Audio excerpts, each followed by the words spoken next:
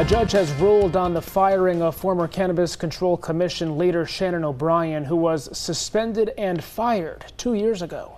22 News State House reporter Olivia Ray has the results of the court case and what comes next. Shannon O'Brien contested her firing from the Cannabis Control Commission, or CCC, and this week a judge reinstated her.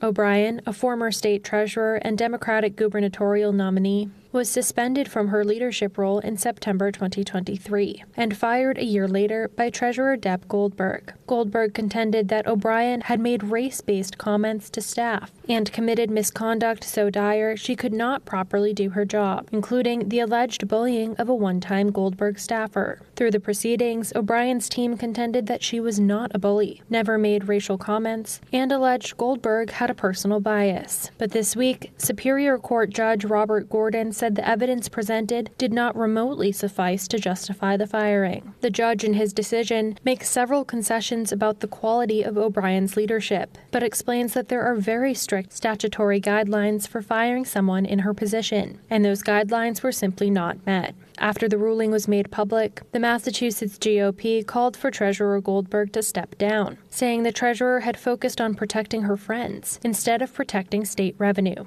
O'Brien is entitled to return to the commission for the remainder of her term through the end of August 2027 and will receive back pay and benefits. O'Brien says she will be returning to the CCC, and Treasurer Goldberg is buckling down, saying she will be appealing the judge's decision. Working for you from the State House in Boston, I'm Olivia Ray, 22 News.